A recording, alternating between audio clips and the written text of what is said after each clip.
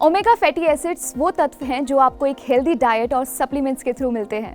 They are also an energy source जो कि आपके हार्ट, ब्लड वेसल्स, लंग्स और इम्यून सिस्टम को सही ढंग से काम करने में हेल्प करते हैं। हेलो, मैं हूँ साक्षी चौहान और आप देख रहे हैं health uncut. Omega fatty acids से जुड़ी कुछ ज़रूरी बातें हमें बताएंगी हमारी health expert doctor Swati Maheshwari. Omega 3, 6, 7, 9 कैसे आपके इम्यून सिस्टम को हेल्प करते हैं कोविड टाइम्स में।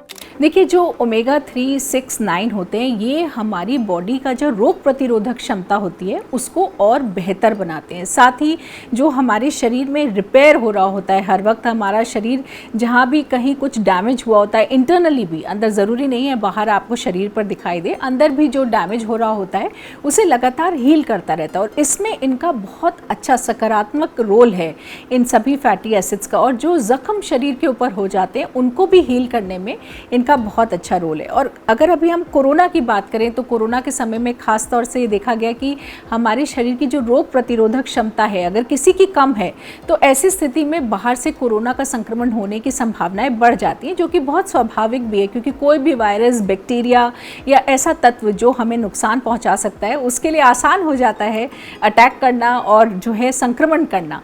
तो अगर हम कोई भी चीज़ ऐसी लेते हैं कोरोना के समय में जो हमारे इम्यूनिटी लेवल को बेहतर कर रहा है, जो हमारी लड़ने की क्षमता को बढ़ा रहा है शरीर की, तो वो सब चीज़ें हमें फ़ायदा करती हैं। और इसीलिए ओमेगा 3 और 6 जो होते हैं वो हमारी रोग प्रतिरोधक क्षमता को और मजबूत बनाते हैं, ताकि अगर हमें संक्रमण हो भी, अगर कोरोना हम तक पहुंचता भी है तो भी हमें इन्फेक्शन ना हो, और अगर हो जाए तो ज़्यादा तीव्र ना हो और हम उससे अच्छे से लड़ सकें।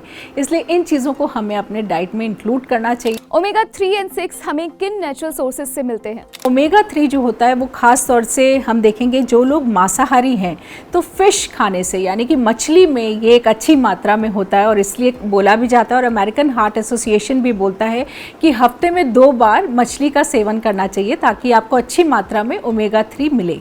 वहीं जो लोग शाकाहारी हैं वो भी उनके लिए भी बहुत सारे ऑप्शंस हैं, जैसे अखरोट है, पालक है, उसके अलावा जो हमारी सीड्स होती हैं सबसे ज़्यादा अच्छी मात्रा में ओमेगा 3 होता है अलसी के बीजों में। तो अलसी के जो बीज होते हैं, उसके अलावा चिया सीड्स हैं, हेम्प सीड्स हैं, इन सब चीज़ों में अच्छी मात्रा में जो है ओमेगा 3 होता है। तो इनका सेवन जो है हमें बढ़ाना चाहिए। जैसे सहजन की पत्तियाँ होती हैं उनमें भी अच्छी मात्रा में ओमेगा 3 होता है।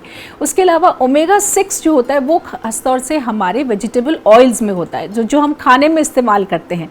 तो अक्सर क्या होता है कि ओमेगा 6 तो अच्छी मात्रा में फिर भी शरीर में पहुंच जाता है, लेकिन ओमेगा 3 अच्छी मात्रा में नहीं पहुंचता है। हमें किन कंडीशंस में सप्लीमेंट्स लेने चाहिए और उनकी राइट डोसेज कितनी होनी चाहिए? बहुत ज़्यादा डेफिशिएंसी है या आपको लग रहा है कि आप इस तरह की चीज़ों का सेवन बिल्कुल नहीं कर पा रहे हैं, तब हम जो है सप्लीमेंट्स की बात करते हैं। और वो भी आपको डॉक्टर के संपर्क से उनसे हिदायत लेकर के ही तब उनको शुरू करना चाहिए। लेकिन अगर ओमेगा 3 की बात करें तो जनरली हम ये मान के चलते हैं कि 11 से 17 ग्राम पर डे जो है वो एक ओमेगा 6 17 से 11 ग्राम जो है एक दिन में लिया जाता है। और ओमेगा 3 की अगर बात करें तो 1.5 से लगभग 1 ग्राम का इसकी एक लिमिट है जिसके लिए इसको लिया जाता है। और जनरली 3-4 महीने के लिए हम इनका सेवन करने के लिए बोलते हैं, लेकिन हर स्थिति में अलग होता है। जैसे किसी को फैटी लिवर है, यानी कि लिवर में बहुत ज़्यादा फैट डिपोजिशन हो रहा है, जो कि एक बहुत सामान्य प्रॉब्लम भी है जो लोगों में अक्सर देखी जाती है, तो ऐसे में आपको अपने डॉक्टर के सलाह से ये लेना चाहिए ओमेगा 3, क्योंकि उसमें बहुत फ़ायदा करता है।